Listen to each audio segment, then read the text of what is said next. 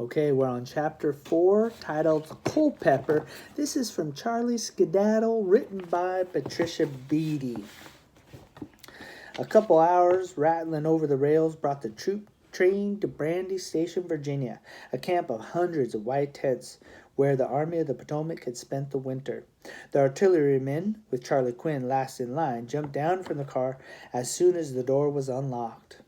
They marched off to their units at the Brandy Station camp under guard, but Charley, not knowing what to do except marvel at the sight of rows and rows of tents, waited beside the train.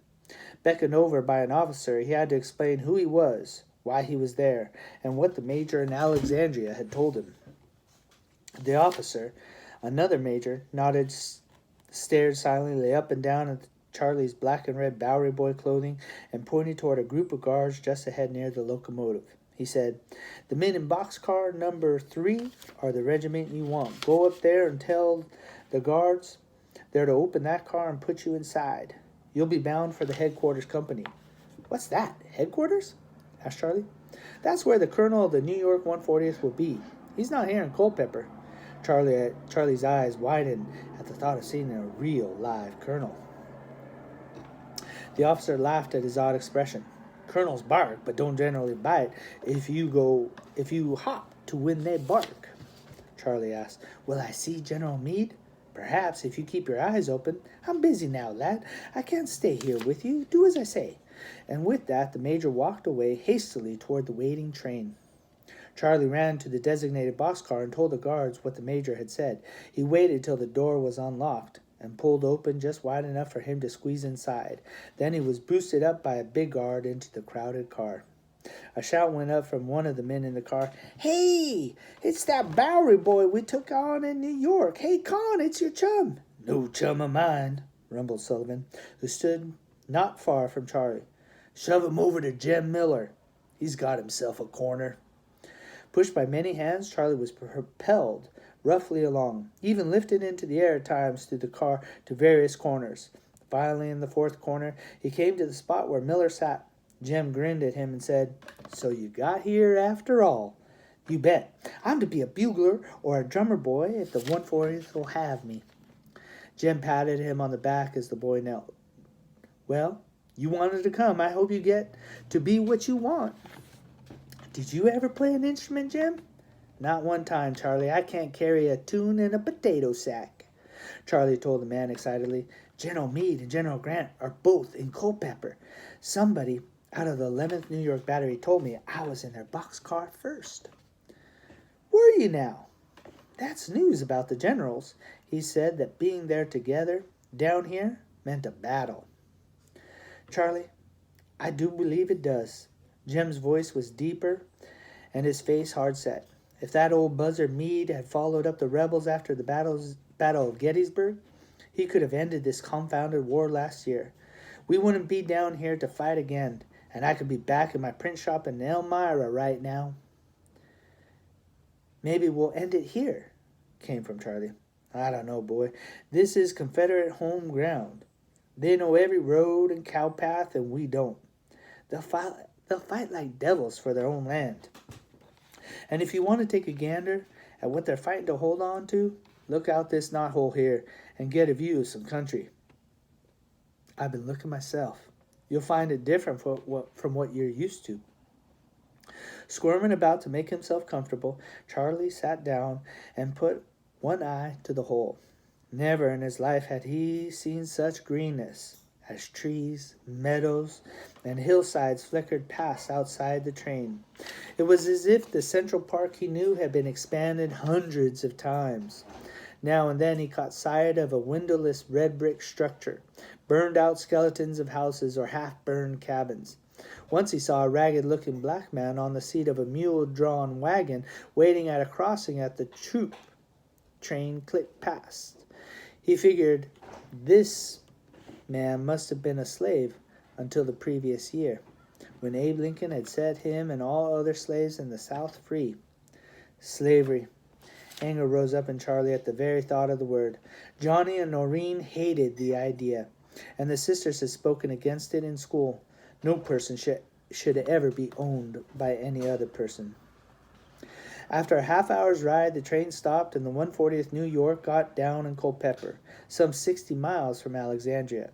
It had to be the smallest place Charley Quinn had ever set eyes on. Just a few brick buildings and brick and frame houses set in rows with gardens out front.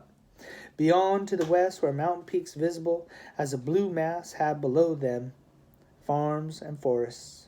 Charley had to admit that the camp around the town was big enough, though. It was a whole city itself, an army town with long streets of tents and log cabins covered with canvas cloth.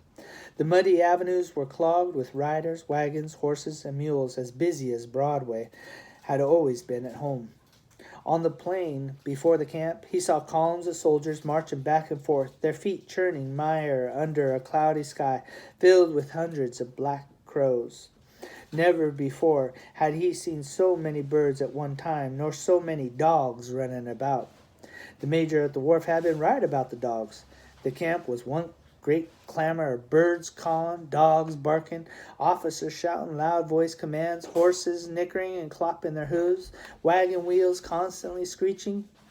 As he stood looking about, Charley heard a guard below. "You recruits of the 140th New York, fall in! By fours!" "Fall in behind us," Jim told Charley. "What does that mean?" "Get in line. March behind us until you see our headquarters. Then stop there." "Will I see you again, Jim?" "Sure you will." Charley waited till the soldiers formed in columns and set off. Then he came in behind them. Running to keep up, officers riding past smiled at him, but he didn't see them. He was where he wanted to be with Johnny's regiment. When the 140th was marched down a street of tents and told to halt, Charley halted too. He waited until the men were checked off by name and assigned to a company in a tent. Then his turn came. A big red-faced sergeant with an Irish accent asked him, "Who the devil you be, Bowery boy? Take off your hat and tell me." As Charley removed his hat, he said, "Charles Stephen Quinn, sir. I'm to be a bugler or drummer boy. I hear you need one. My brother was Johnny Quinn. Did you know him?" "Indeed. What a hell-raiser he was, too. Come along with me to headquarters, and we'll see what's to be done with thee." As Charley started away beside the long-shanked man, he asked, "Do you truly need a bugler or drummer here?" The sergeant nodded. "We do. Our drummers and buglers take turns of duty. Watch where you go. Don't fall over the tent line with your big feet. The officers will deal with ye, not me." More officers. He was afraid of them. But all the same, he followed the sergeant hopefully. 10 minutes' walk over red earth took them past a brick courthouse and a steepled church to the veranda-shaded Virginia Hotel. The hitching rack in front of the hotel was filled with horses and young officers waiting beside their mounts. Guards with muskets paced back and forth on the veranda. Walking past the soldiers, Charley and the sergeant entered a hall outside a small room, which at one time must have been the hotel office. 2 boys in blue uniforms sat there, side by side on a bench. One was plump and dark and had a gleaming bugle in his lap. The other, a tall, thin, freckly boy, had a small drum beside him and drumsticks stuck in his belt. A drummer boy. So there was no need for him. After all, Charley's heart sank as he waited with them. The sergeant who had brought him here had gone into the small room and now returned and beckoned him with a crooked finger. There at a desk in the bare room sat lanky, yellow-haired officer. Hunched over the desk, he was busy with papers spread out before him. Finally, he looked up as the sergeant said, "Captain Mahoney, I fetched ye a replacement for young Gorman, sir. This boy wants to join the 140th for special reasons." "Does he? Well, call Gorman inside then." The captain's voice was low and sounded as if he had a head cold. Sticking his head outside the door, the sergeant called, "Gorman, you, the drummer of the day, get in here." A moment later, the tall, freckled boy was standing in the doorway saluting the captain. "Gorman?" asked the officer. "Are you truly 16 years of age now?"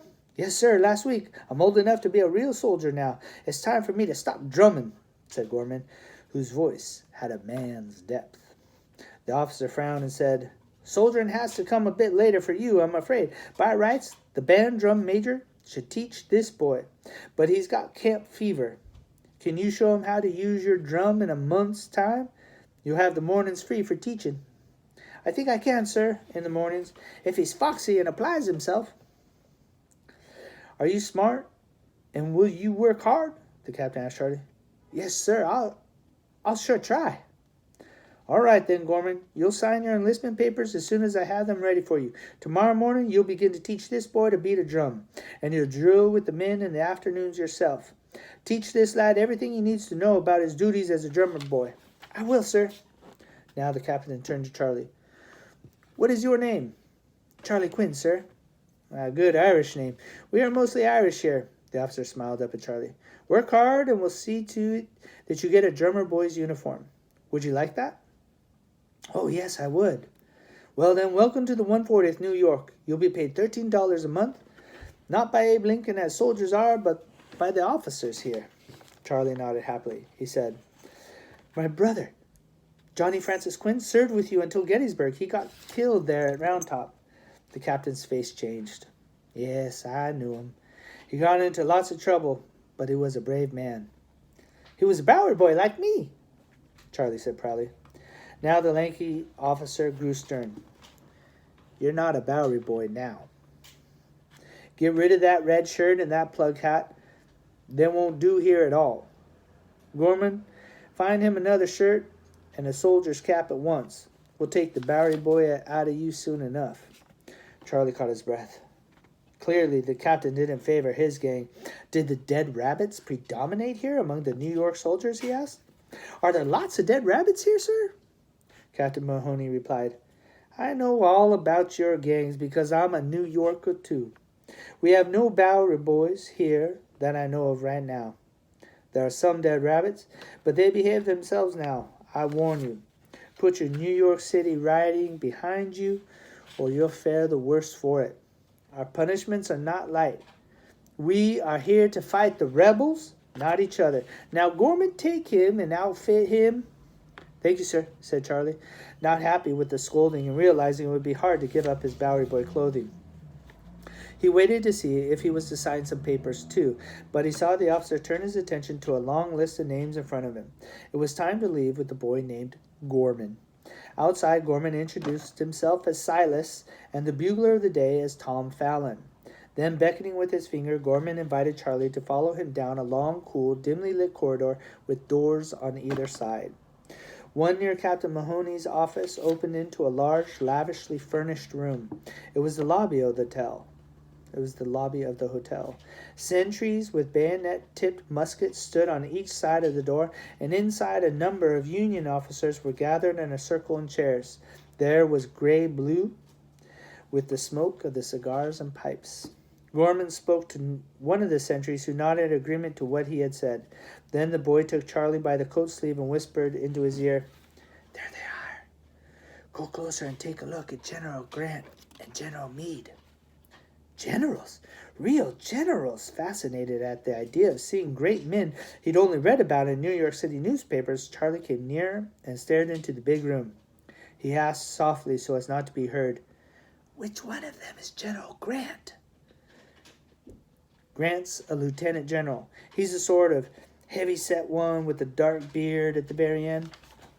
He's wearing a real play uniform, a private's coat it is, but the 3 stars on his shoulder board showed that he's a general. All generals wear stars, but other than that, they can wear whatever they want to wear." Surprised that anyone would want to dress like a private, the lowest army rank, like Johnny had been, Charley was now curious to see what General Meade looked like. "Which one's Meade?" he asked. Gorman pointed out. "The one in the red chair next to Grant, he's the one with the big nose and straggly hair. He has on spectacles." "What's he like?" He's a powerful cusser, but he's a fair man all the same. He's been wounded lots of times, but he always comes back for more fighting."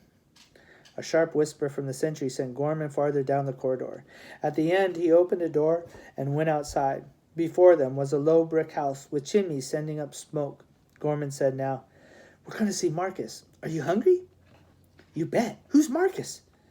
"He's the officer's cook. He used to be a slave who lived not far from here. He got emancipated and left the master he had cooked for to cook for us. He's a friend of mine. He's the best cook in Virginia. The officers pay him real good. Come on. You let me do the talking to Marcus, Gorman chuckled. Most soldiers eat beans and bacon, but when we get duty up here at the hotel, we eat just fine. Following the other boy, Charley walked into the big cookhouse where a large black man and 3 black boys about Gorman's age worked busily, chopping, stirring, and kneading food at large tables and shining stoves. The big man looked up from chopping meat, raised his knife, and pointed it at Gorman and Charley. He thundered in a bass voice, "How many times have I told you there's to be no Lincoln soldiers in my kitchen?" "But I only came for a soda powder biscuit and butter," Gorman spoke in a high, wheedling tone.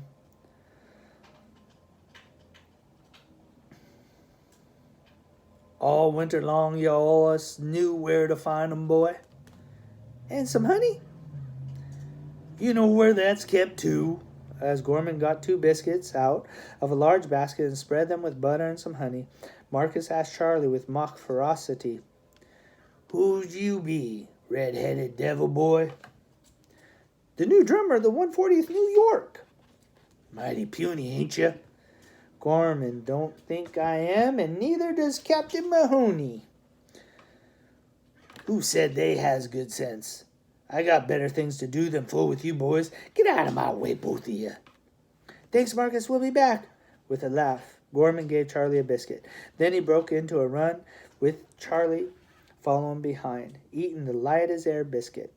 Gorman didn't return to the hotel. Instead, he slowed to a walk and turned down a street of cabins topped with canvas. As they walked, Gorman said, "I've been with the 140th as drummer ever since it was first started up in 1862, when I was 14. I lived on a farm in Brooklyn till then. My uncle brought me into this outfit with him. He got bunged up so bad at Gettysburg he couldn't come back to the regiment. He lost a leg, you see." Charley frowned, thinking of what he had lost there. He asked, "Do you know my brother Johnny? He got killed there along with Colonel O'Rourke." "Not too good. He never paid me any heed."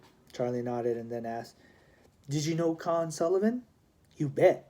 Gorman paused to fix Charley with bright hazel eyes. "Your brother was a friend of his. Sullivan ain't worth much as a soldier. Good riddance to him is what I said after Gettysburg." Charley said with a laugh, "Well, you got him back now. He even got paid bounty money to come back to the 140th. Gorman groaned as he ducked into the open doorway of a cabin with a split log floor. He said, "Somebody would have to pay Sullivan to get him here." Charley confided, "My sister and I thought he was a real hero when he fetched Johnny's watch back to us after he got killed." "I'm surprised he fetched it back at all. Sullivan's got a line of blarney. Now, what do you think of where we bunk?" Charley looked around him at a fireplace, table, some old wooden chairs, and some bunks set into the walls. Gorman pointed, "That bunk is where you'll sleep. I'll sleep over there. This is Fallon's bunk, and that's the captain's." Surprised, Charley asked, "Does he sleep in here with us?" "Uh-huh. The other officers are billeted at the hotel, but there ain't room for all of them. Captain Mahoney ain't too bad for shoulder straps." "Could I have a dog?" asked Charley. "No, the captain already told Fallon no. Tom had one that was full of fleas." To hide his disappointment, Charley changed the subject. "What else do I do besides beat on a drum?" "Lots of things. Carry water, draw maps, help the surgeons sharpen their instruments, tend to the wounded in battle, and other things." "Say, can you cut hair?"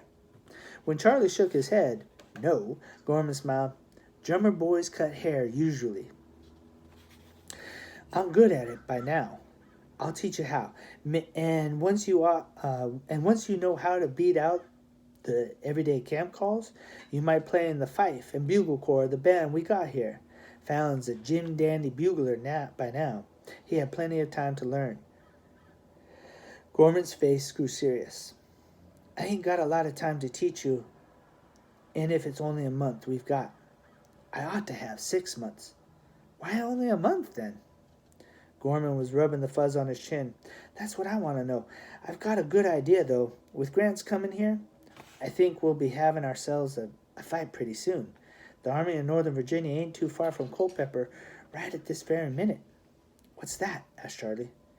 "We're the Army of the Potomac. The Johnny Rebs call themselves the Army of Northern Virginia. They got old Robert E. Lee with them, just like they had at Gettysburg. The way I see it, I got to learn to shoot a sight better than I do now. And you got to learn how to beat a drum right. And neither of us got long to do it." "Do I get to fight too?" Charley asked soulfully. "Not unless you quit drumming, pick up a musket from somebody else, and start shooting. Drummer boys ain't supposed to fight. Did you fight at Gettysburg?" Gorman shook his head. "No, I had chicken pox. I was sick in bed then." Gorman now got down on his knees to rummage in his tin trunk. He came up with a gray shirt which he handed to Charley with the words, "Wear this. It belongs to Fallon, but he won't care. It ought to fit you." As Charley took the shirt and, with a pang of homesickness, began to put his own Bowery Boy clothing into the open trunk, he made a vow. He would quit drumming and pick up a musket for Johnny's sake as soon as he could. Chapter 5 coming up.